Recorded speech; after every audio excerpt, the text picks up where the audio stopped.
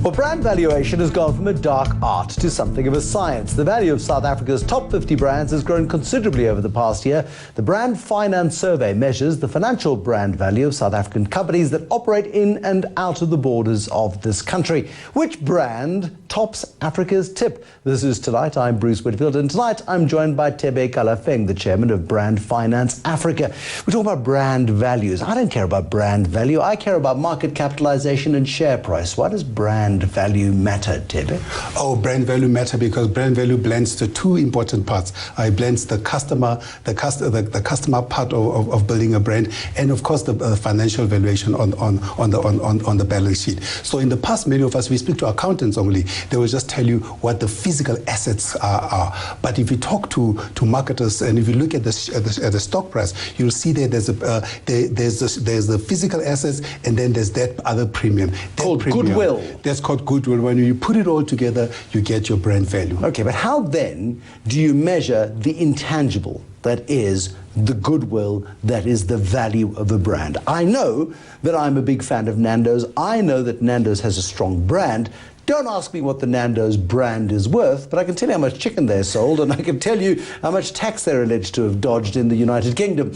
But I can't tell you what the value of their brand is. How would you go about valuing the brand of Nando's? You do two things. One, you go speak to the consumers and try and get from the consumer perspective the brands that they admire and the brands which they value. Then the second most important thing we should do, which is really the primary part of the financial part of the valuation, is we use what we call the royalty relief methodology, which in simple terms really means that we try and estimate that percentage or that royalty that you would charge if you were to license out your brand. And we take that royalty and we look at the revenues of the brand, and we give you a net present value and says that's what it will cost if you had to sell your brand today. Now, if you say South Africa's most valuable brand, you're going to tell me it's Nelson Mandela, right? Nelson Mandela is certainly the most important brand in South Africa. But not the most valuable. He is the most valued, perhaps you say the most valued brand in South Africa, but you perhaps could also say the most valuable. But what Mandela does is we cannot pawn or sell Nelson Mandela, but what the brand Mandela has done in the last 20 years of South Africa is to create, if you will, that enabling environment for South Africa to attract investment, to attract tourism, as well as to enable South Africans to love South Africa. And now if you look at the impact of that, is brand South Africa itself has grown by 116% in 5 years, from 120 or so billion to 270 in 5 years. We remain the number one dominant brand in South Africa, perhaps in Africa. But that's what's so difficult about this brand valuation exercise, because Michael Jackson is worth more dead than alive. When he died, he was practically bankrupt and was going on his world tour. He was preparing for his This Is It tour. We now discover, dead 5 years later, he's worth nearly $600 million, courtesy of royalties to his estate. Nelson Mandela, incredible lack of tangible value, not value that you can measure in rands and cents, but his brand value is ever present in South Africa. And that's the great difficulty around the credibility, is it not, of brand valuations? Well, not really. I think what you're referring to about Michael Jackson, you're referring to the value, not necessarily the brand value. No, I'm talking about the real cash value, the real cash value one you can measure. And by the way, these surveys have been done a lot. These evaluations have been done of dead celebrities, and they found that dead celebrities sometimes even outsell living celebrities, because there's a tendency to say, I just want to have a piece of me forever. And then organizations, companies like record companies, for example, have learned the art of how to recycle dead people. They take the old music, which is supposed to be old, and just repackage it and sell it again. With Nelson Mandela, for example, South Africa's most valued brand, we run the risk of denuding the value of that brand if we do not treat it with the respect and the sanctity with which it should be treated. And that's why what's important is to try and understand what are the attributes of that values, so that we are so we are able to measure and to measure that brand consistently over time. Yes, of course, any brand that does not get measured will not be able to be valued. In South Africa, we have lots of companies that have done amazing things over the last 20 years. We have seen great innovation start up in South Africa. We've seen the move north, not only through the African continent, but we've seen South African companies globalize as well.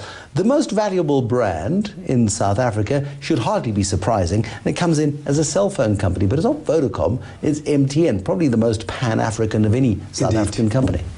Well, MTN has done incredible in that I think they've grown by 31% over last year. It is the benchmark brand. I think they've had they've had a couple of things on their side. The one biggest thing they've had is the sponsorship of the World Cup. What they did, it also created the admiration of the brand across the continent, but also the visibility of the brand across the world. As you know, it's the only African brand that is in many of the top 100 global brands, and it doesn't even operate outside of Africa and the Middle East, if you will. And MTN far outpaces, I should say, telecom brands, the MTN, the Vodacoms, and all those. They consistently feature in the top brands, most admired, most valuable. And the reason being that those brands are catalyst brands. They're enabler brands. They enable you to communicate, they enable you to transact, they enable you to really do well. If you look at Kenya, for example, with M-Pesa, which comes from Safaricom. M-Pesa was an enabler which took unbanked people in Kenya from 5% to 70% in the space of 5 years. But that's the brand value of M-Pesa in Kenya. M-Pesa comes to South Africa and is absolutely nowhere. It's not worthless, but it's practically worthless in South Africa. Nedbank has failed to get South Africans to subscribe to M-Pesa. In the same way as Sasol, which is number 2 on your list, is a huge South African innovation, came out of the Industrial Development Corporation, using Fischer-Tropsch technology to turn coal into fuel, and this technology has been exported around the world. Brilliant South African innovation, the second most valuable brand, but it's only in South Africa. Nobody out of South Africa really knows or cares about Sasol. Well, I mean, the valuation right now is really for South African brands. I think what Sasol has also done is to move from being just a corporate brand to a commercial brand. As you can see, they spend a lot of time trying to explain with some of their communication what Sasol does to the everyday South African, with their garages and all those, to try and tangibilize the brand. I think they've done amazing work in doing that. And I just want to talk to M-Pesa, why not, perhaps it didn't succeed in South Africa. Now, when M-Pesa came to South Africa, where it was a very successful mobile money transfer in Kenya, which didn't have as developed the banking industry as South Africa has. Now, in South Africa, everybody's got a credit card. We pay with plastic. There's an ATM every corner. So if you look at the ability of M-Pesa, if you will, a technology like that to be an enabler in South Africa, it would have been a marginal or an additional. We were already transacting. Completely. I mean, South Africa's 5 biggest banks are all in the top 10 in terms of brand valuation. We value our banks, we value our cell phone providers very, very highly indeed. When one looks at this list of the top 50 brands, I put it to you, to coin another South African phrase, I put it to you that we have not seen any substantial innovation in the last 20 years. MTN and Vodacom, positions number 1 and 3, came into existence 20 years ago. Everything else in the top 50 brands on this list are old school, historical South African brands. My concern is we're not innovating nearly enough and regularly enough to have the next generation's MTN and Vodacoms. I'll tell you, to build a great brand doesn't take 5 years or 20 years. It takes a long time to build a great brand. You look at some of the greatest ones, like Coca-Cola from the 1886, the Marlboros from the 1800s. It takes that long to build a brand. But what I want to say about this list, which is I guess another important thing, is that many of the brands, all the brands in the top 50 are brands which are listed. Now, if you look at one of the greatest brands in South Africa or from South Africa, which is perhaps the last 20, 21, 2 years, is Nando's. It's not a listed brand. but it's perhaps one of the most global restaurant brands, South Africa's most global retail brand, if you will, slash restaurant brand in the world. But I put it to you that we have innovated quite a bit. We've had the discoveries of the world. Discovery is a rare beast, and you say you don't build brands for 20 years. Discovery is a case in point where you do.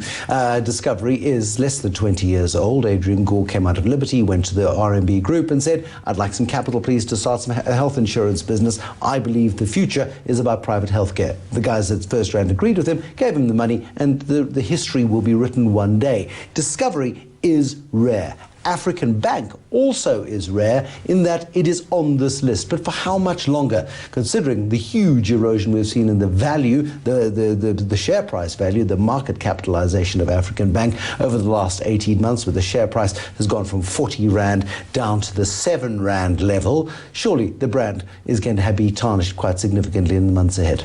You don't only have to be new or innovate a new brand, but you also have to innovate within that new brand. So I think you can see a lot of the great brands which stay there are consistently innovating within that primary innovation. I think South Africa in particular, when you look at the list of the top 100 most valuable brands in Africa, you'll notice that South Africa has got 72% of those, 26% of them come from Nigeria and 2% come from Kenya. South Africa has got a good base to build on. But the problem that we have and that we may face, as you say, with African Bank and all those, is to understand that to build a great brand is not something that you do once, it's something that you do every day. And also you have to keep pace with your consumers. I love something that somebody once said. He says, we want to get ahead to the future so that when our consumers arrive there, we will be waiting for them. Will you be surprised to see African Bank in your top 50 this time next year?